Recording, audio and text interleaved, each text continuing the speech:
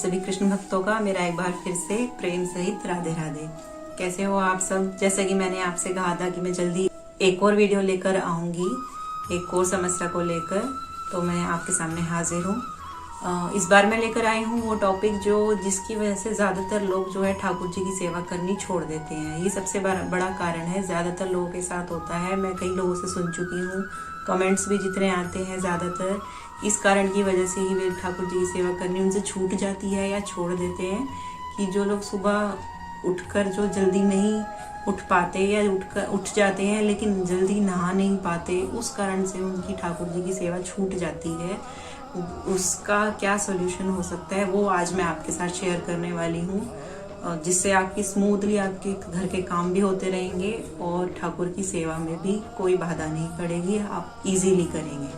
देखिए, वैसे तो कहा जाता है, जो हमारी परंपरा है शास्त्रों के अनुसार यही कहा जाता है कि सुबह उठकर सबसे पहले स्नान आदि से निवृत्त होकर ही जो हमारे भगवान के जो पूजा अर्चन जो विधि है नहा धोकर ही हमें करनी चाहिए, वैसे नहीं हमको छूना चाहिए। लेकिन एक ठाकुर की सेवा ऐसी है जो एक सदस्य की तरह, एक अपने बच्चे की तरह होती है।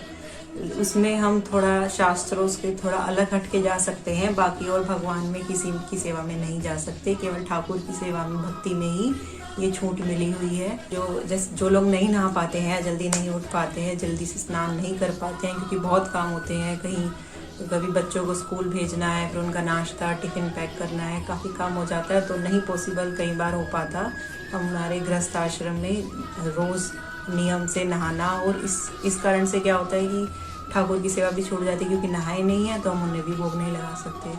तो मेरा मानना तो है, इसका सॉल्यूशन ये है, अगर आप जैसे जो काम कर रहे हैं सुबह उठकर वो सदस्यों के लिए और बच्चों के लिए नाश्ता बना रहे हैं, टिफिन पैक कर रहे हैं, तो उसमें से ही जो बना रहे हैं पहले ठाकुर जी के लिए निकालें, भगवान श्री ठाकुर जी के सामने उसको रखें और पर्दा कर दें और भोग लगा दें। क्योंकि जब तक आप नहाएंगे नहीं तब तक आपके ठाकुर जी भूखे बैठे रहेंगे और उनको भूख लगेगी। तो सबसे पहले तो यही है कि जब भी कुछ बन जाए, चाहे आप नहाए हो या ना नहाए हो, ठाकुर के सामने उसको अर्पित कर दें, उसके बाद ही घर में किसी और सदस्य को दें। इससे क्या है कि जब नहाएंगे तो तब बाद में आप उनके वस्त्र बदल सकते हैं। नहाने के बाद स्पर्श नहीं होगा आपका, ठाकुर जी को स्पर्श नहीं करना है बिना नहाए, लेकिन जो भोग है वो आप उनको दे सकते हो, दूर से रख के उनसे प्रार्थना करके कि आप भोग लीजिए और पर्दा लगा दीजिए और उनको दे दीजिए। नहाने का और उनको स्नान कराने की जो क्रिया है वो आप नहाने के बाद कीजिए, क्योंकि उसमें स्पर्श करना पड़ता है नहलाने में या वस्त्र बदलने में, उसमें आपको स्पर्श करना पड़ेगा।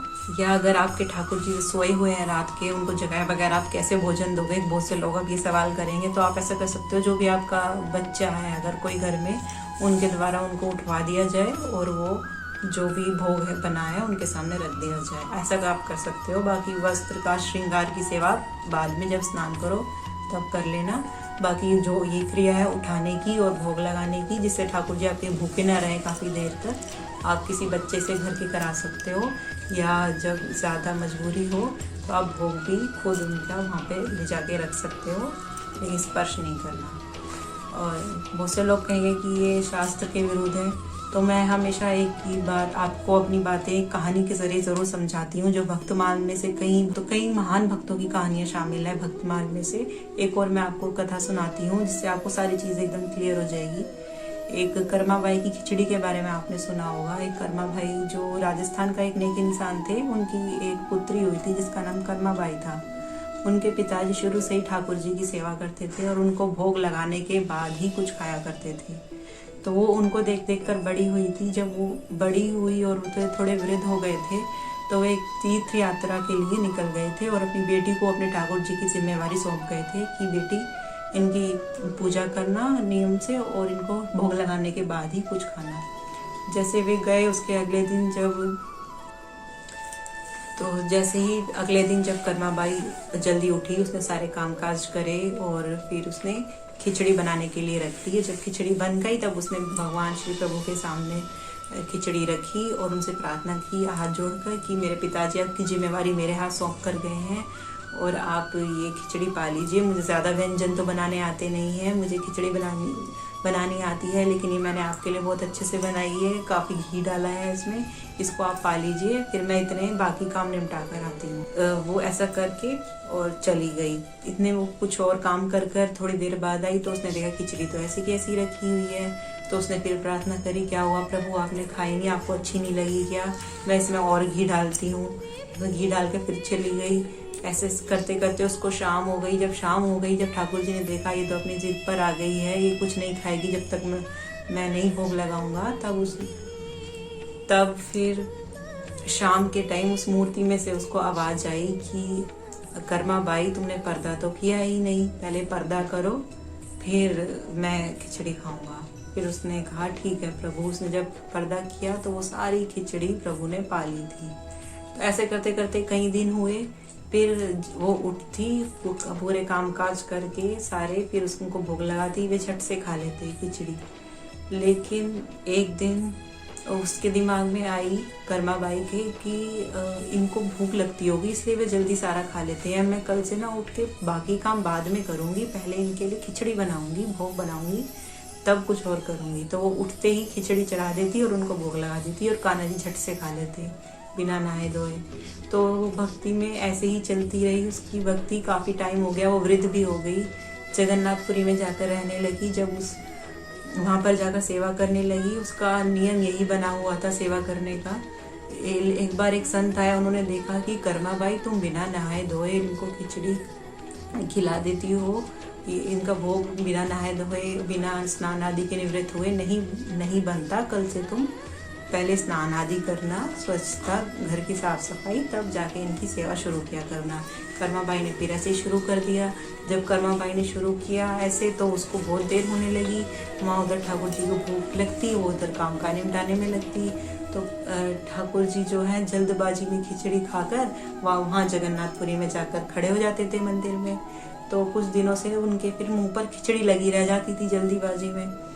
तब वहाँ के पंडित गोस्वामी जो थे, उन्होंने देखा कि आजकल हमारे यहाँ तो खिचड़ी का भोग नहीं लग रहा, तो प्रभु के मुंह पे खिचड़ी क्यों लगी होती है। तब उस पुजारी के, जिस संत ने नहाने धोने के लिए कर्मा बाई को कहा था, और उन पुजारी को सेम सपना दिखाई दिया एक जैसा। तो फिर उस संत ने और उस गोस्वामी जी ने वापस कर्मा बाई के पास गए और उसको बोला कि जैसे तुम पहले करती आ रही थी वैसे ही करती रहो, स्नान आदि वगैरह जिस तरीके से तुम पहले पूजा करती थी, बाद में करती थी स्नान, वैसे ही रखो। क्योंकि ठाकुर जी इस बात से बहुत दुखी हैं कि उनको देर हो जाती है यहाँ खिचड़ी खाने में। तो उसने फिर से ऐसे ही शुरू कर दिया। तो देखिए, इस कहानी का मतलब यही है कि कहानी क्या, ये सच्ची घटना है। इस घटना से है कि भगवान हमारे नियमों के नहीं, हमारे प्रेम के भूखे हैं। हमारे नियमों से वे नहीं रीझते, हमारे प्रेम से और हमारी जो हमारा प्रेम भाव है उससे रीझते हैं। ये नियम या हम किस विधि से कर रहे हैं वो उन चीज़ों पर नहीं ध्यान देते हैं। अगर आपको लग रहा है कि आप किसी कारण से या इस कारण से आप ठाकुर सेवा से दूर जा रहे हैं, ठाकुर भक्ति से दूर जा रहे हैं, तो उस कारण को ही बीच में से हटा दीजिए। एक बार पहले जरूरी है ठाकुर जी से जुड़ना। अगर जुड़ जाएंगे तो सही गलत जो भी है वो अपने आप सही कर लेंगे। पहले जुड़ जाओ, किसी भी तरीके से जुड़ रहे हो जुड़ जाओ, जो भी गलत होगा वो अपने आप सही कर लेंगे। बाद में आपको अपने आप नियम में ले आएंगे, लेकिन पहले जुड़ना जरूरी है। तो मैं आपसे यही कहूँगी, जिस तरीके से भी हो रही है सेवा करिए, जितनी भी हो रही है करिए। और क्योंकि ना करने से, छूट जाने से, तो जो जिस तरीके से हो रही है वो ज़्यादा बेहतर है। मेरी यही आपसे प्रार्थना है कि ठाकुर सेवा छोड़िएगा नहीं, चाहे किसी भी तरीके से करें ज़रूर। बाद में जब आप प्रेम में इनके ढल जाएंगे, वो आपको अपने आप सही कर लेंगे, गलत सही अपने आप ठीक कर लेंगे। वो जिम्मेदारी उनकी है।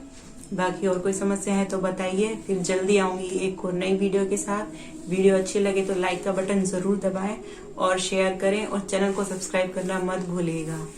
चलिए, तब तक आप सभी कृष्ण भक्तों को हरे कृष्णा।